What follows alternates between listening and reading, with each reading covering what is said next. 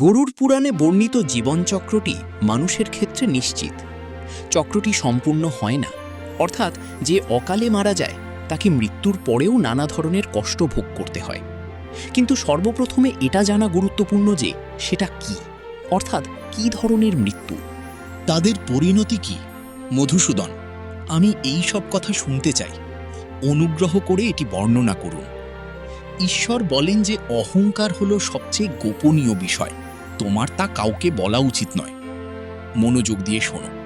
যদি কোনো প্রাণী ক্ষুধায় কষ্ট পেয়ে মারা যায়, কোনো প্রাণীর দ্বারা নিহত হয়, অথবা যে ফাঁসিতে ঝুলে মারা যায়, অথবা যে বিষ বা আগুন ইত্যাদির দ্বারা নিহত হয়, যে ব্যক্তি পানিতে ডুবে বা সাপের কামড়ে মারা যায়, দুর্ঘটনা বা রোগের কারণে মৃত্যু ঘটে, সে অকালে মারা যায়।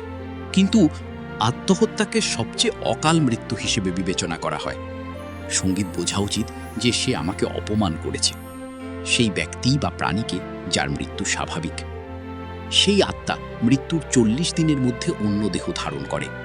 কিন্তু যে ব্যক্তি আত্মহত্যার মতো জঘন্য অপরাধ করে, তার আত্মা প্রকৃতি থেকে মুক্ত না হওয়া পর্যন্ত পৃথিবীতে ঘুরে বেড়ায়। যদি কোনো আত্মা 4:28 বর্ণিত নিয়ম অনুযায়ী তার জীবনচক্র সম্পন্ন না করে, তবে সে স্বর্গে যাবে। নরকে অকাল মৃত্যু বরণকারী আত্মাও পরিত্রাণ লাভ করে। যে ব্যক্তি আত্মহত্যার মতো জঘন্য অপরাধ করে, তার আত্মা প্রকৃতি থেকে মুক্ত না হওয়া পর্যন্ত পৃথিবীতে ঘুরে বেড়ায়। যদি কোনো আত্মা 4:28 বর্ণিত নিয়ম অনুযায়ী তার জীবনচক্র সম্পন্ন না করে, তবে সে স্বর্গে যাবে। নরকে অকাল মৃত্যু বরণকারী আত্মাও পরিত্রাণ লাভ করে।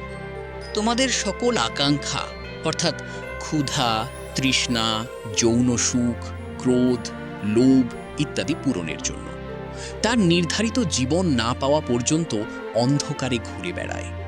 হে পক্ষীরাজ, আপনার মনেও নিশ্চয়ই এই প্রশ্ন আসছে যে পশুদের মধ্যে দুর্ভিক্ষ দেখা দিয়েছে। মৃত্যু কেন ঘটে? এটা মনোযোগ দিয়ে শুনুন। যে ব্যক্তির মৃত্যু নির্ধারিত সময় ঘটে, যদি সে যায় তবে শীঘ্রই যমলোকে যায়। প্রাচীনকাল থেকেই আমাদের বেদ প্রাচীন।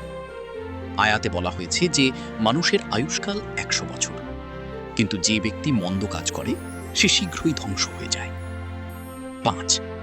যে বেদ জ্ঞানের কারণে নিবিত কর্ম করে এবং যে অলসতার কারণে কর্ম করে। ব্যক্তি ত্যাগ করে যে সৎকর্মকে সম্মান করে এবং দুনিয়ার প্রতি আসক্ত। এইরূপ গুরুতর পাপের কারণে মানুষের জীবন সংক্ষিপ্ত হয়ে যায়। একজন পরিত্যক্ত ও বিশ্বাসঘাতক ব্রাহ্মণের অকাল মৃত্যু নিশ্চিত। যারা নিজেদের লোককে রক্ষা করে তারা নিষ্ঠুর, নির্বোধ এবং নিজেদের লোকদের ওপর অত্যাচার করে। অপরাধী ক্ষত্রিয়, ব্রাহ্মণকে এই মৃত্যুবরণকারী জীবদের আত্মাদের যন্ত্রণা ভোগ করতে হয়। যে কেউ তার সমস্ত কাজ ও সকল প্রধান কর্ম পরিত্যাগ করে